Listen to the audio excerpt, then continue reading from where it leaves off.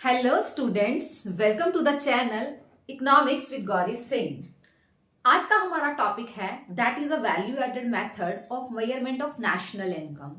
National income को measure करने के लिए तीन मेथड्स दिए जाते हैं। पहला है वैल्यू एडेड मेथड, दूसरा है इनकम मेथड और फिर है एक्सपेंडिचर मेथड।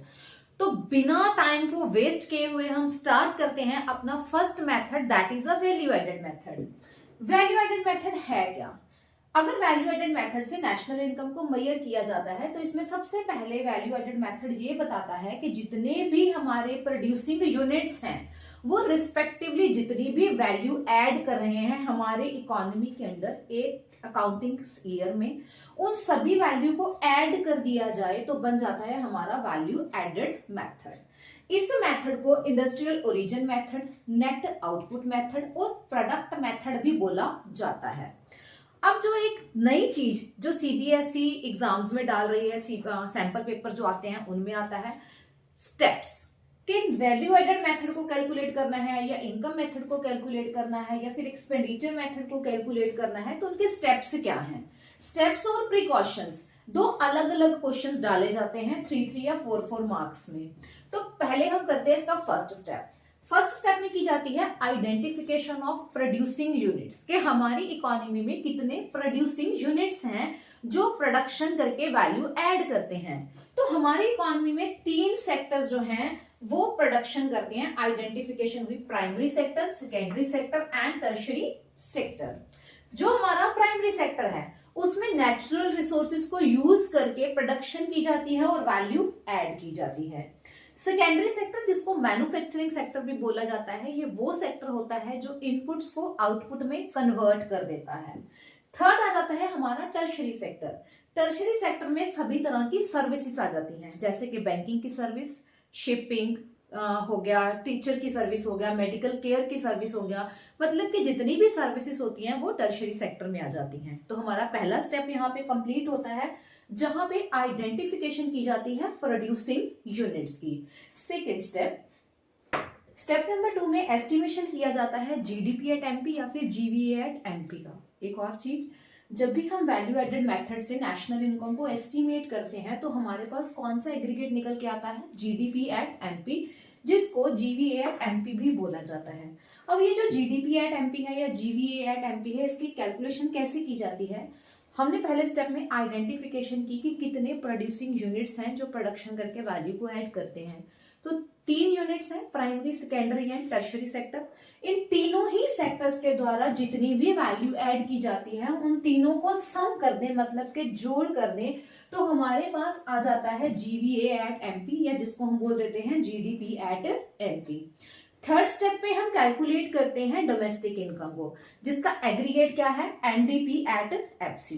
अब देखिए, जब वैल्यू एडेड मेथड लगाया गया जीडीपी एट एमपी तो हमारे पास कैलकुलेट होके आ गया ना। हमें क्या कैलकुलेट करना है? NDP at FC. जिस चीज को कैलकुलेट करना है उसको हम इक्वल्स टू से पहले रखेंगे, जो चीज हमारे पास कैलकुलेट होके आती है उसको हम अंदर रखेंगे। अब एक एक कंपोनेंट को हम चेंज करेंगे। ग्रॉस से किस पे जाना है? नेट पे जाना है।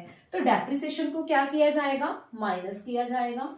डीपी मतलब कि डोमेस्टिक प्रोडक्ट दोनों सेम चीजें हैं, नो चेंज। मार्केट प्राइस से कहां जाना है? फैक्टर कॉस्ट की तरफ जाना है। मार्केट प्राइस से फैक्टर कॉस्ट की तरफ जाने के लिए एनआईटी को क्या किया जाता है? माइनस किया जाता है। ये कन्वर्जन है सारी कि जीडीपी को कैसे हम अदर एग्रीगेट्स में कन्वर्ट कर सकते हैं। अगर किसी ने इससे पहले मैंने एक जो वीडियो डाली है उसमें मैंने सारा कन्वर्जन समझाया है। अगर किसी को भी ये कन्वर्जन ना आता हो, समझना हो, तो वो इससे पहले वाली वीडियो को चेक कर सकते हैं जिसमें national income and related aggregates part 2 की वीडियो है। आप उस वीडियो को चेक कर सकते हैं, वहां पे मैंने कन्वर्जन सारी करवाई है। वहां से आपको बहुत हेल्प मिलेगी इन चीजों को समझने के लिए। स्टेप 4 हमारे पास आ जाता है कैलकुलेशन ऑफ नेशनल इनकम, जिसका एग्रीगेट है एनएनपी एट एफसी। अब थर्ड स्टेप में हमने निकाली डोमेस्टिक इनकम, जिसका एग्रीगेट था एनडीपी एट एफसी। सो जिस चीज को कैलकुलेट करना है उसको हम बाहर रखेंगे, एनएनपी एट एफसी। जो कैलकुलेट हो चुका है उसको हम अंदर रखेंगे, एनडीपी एट एफसी। अब देखिए नेट नो चेंज। डोमेस्टिक से कहां जाना है? हमने नेशनल पे जाना है। तो डोमेस्टिक से नेशनल पे जाने के लिए क्या किया जाता है, net factor income from abroad को प्लस किया जाता है। तो इसको हम प्लस कर देंगे, प्रोडक्ट सेम है, फैक्टर कोस्ट सेम है, कोई चेंज नहीं है। सो अल्टीमेटली कहने का मतलब क्या है, डोमेस्टिक इनकम में net factor income from abroad को प्लस कर दिया जाए तो हमारे पास क्या कैलकुलेट होके आ जाएगा, नेशनल इनकम। तो यहाँ पे ये चारों स्टेप्स कंप्लीट हो जाते हैं नेशनल इनकम को वैल्यू एडेड मेथड से मेजर करने के। इसके बाद हम करते हैं कुछ प्रिकॉशंस कि जब भी इस मेथड को लगाकर नेशनल इनकम को एस्टिमेट किया जाता है तो कुछ चीजें जो होती हैं उनका ध्यान रखा जाता है कि कौन सी चीजें एस्टिमेशन में इंक्लूड होंगी और कौन सी नहीं होंगी। तो पहले है value of intermediate goods are not included while estimation of national income. Intermediate goods की वैल्यू को नहीं लिया जाता नेशनल इनकम की कैलकुलेशन में। क्यों नहीं लिया जाता, क्योंकि हम फाइनल गुड्स की वैल्यू को लेते हैं और फाइनल गुड्स में ऑलरेडी इंटरमीडिएट गुड्स की वैल्यू ऐड होती है। तो जब फाइनल को ले लिया तो इंटरमीडिएट को अलग से नहीं लिया जाएगा, क्योंकि अगर हम फाइनल और इंटरमीडिएट दोनों गुड्स की वैल्यू को ले लेंगे तो इनकम डबल काउंट हो जाएगी, डबल काउंटिंग की प्रॉब्लम आ जाएगी। डबल काउंटिंग के ऊपर भी एक इंपॉर्टेंट क्वेश्चन बनता है, प्रिकॉशंस के बाद हम उसको भी डिस्कस करेंगे। Second, value of sale and purchase of second hand goods is not included.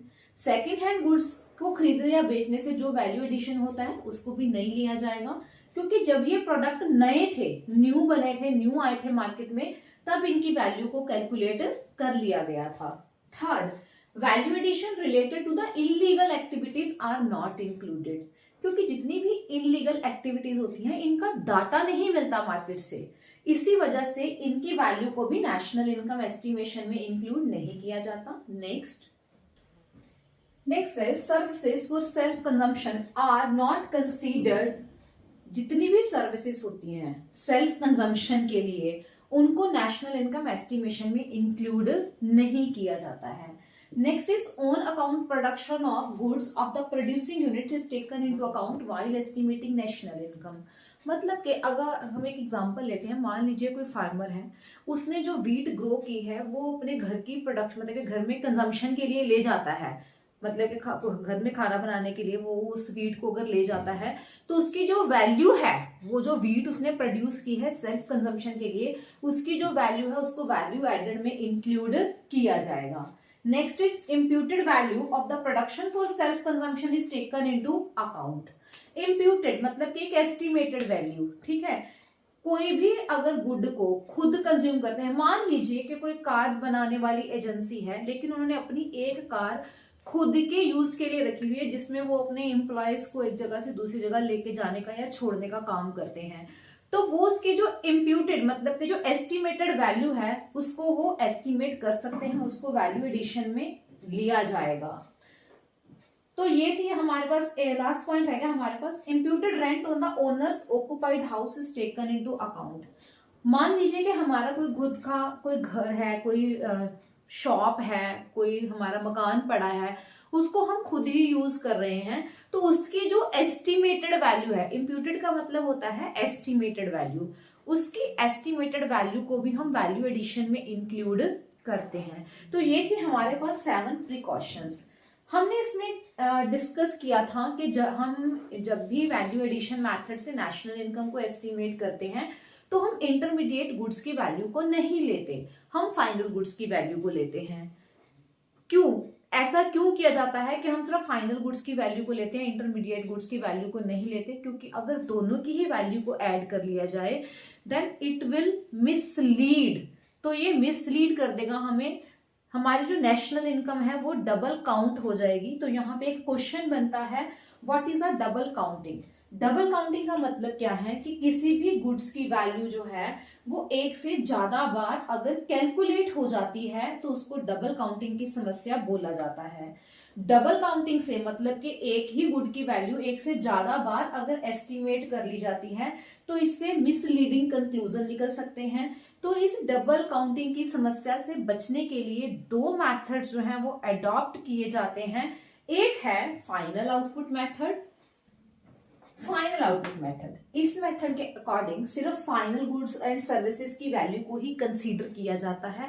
Intermediate goods की वैल्यू को ऐड नहीं किया जाता। मतलब ये वाला मेथड यूज करके भी डबल काउंटिंग की प्रॉब्लम को सॉल्व किया जा सकता है। सेकेंड मेथड है वैल्यू एडेड मेथड।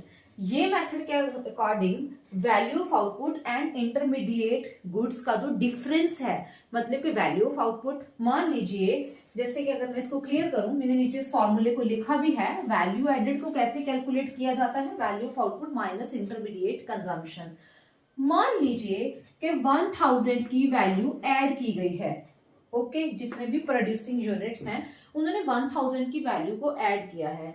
इस मतलब इनका जो वैल्यू ऐड नहीं किया, अब मैं यहाँ पे करेक्ट करूंगी, value of output, value of output कितना है, 1000 है, मतलब कि जितना भी प्रोडक्ट बने हैं उनका जो प्राइस है वो क्या है, 1000 है। और इनको बनाने के लिए जो लागत आई है, जो इंटरमीडिएट कॉस्ट आई है, मान लीजिए कि वो 700 है। 1000 से 700 को माइनस किया तो क्या आ गया, 300। तो कितने की वैल्यू ऐड हुई, 300 की। इस मेथड को, मतलब कि वैल्यू एडेड को भी यूज करके डबल काउंटिंग की प्रॉब्लम से बचा जा सकता है। आई होप आपको समझ आ गया होगा डबल काउंटिंग क्या है, डबल काउंटिंग की समस्या से कैसे बचा जा सकता है, कौन कौन से मेथड्स यूज किए जा सकते हैं। तो यहाँ पे हमारा कॉन्सेप्ट जो है वो खत्म हो जाता है। आई होप आपको पूरा कॉन्सेप्ट अच्छे से समझ आया है। कॉन्सेप्ट समझ आ रहा है, वीडियोस अच्छी लग रही हैं तो वीडियो को लाइक करना और चैनल को सब्सक्राइब करना बिल्कुल मत भूलिए। मिलते हैं अपनी नेक्स्ट वीडियो में अपने अगले कॉन्सेप्ट के साथ। Till then take care, bye bye.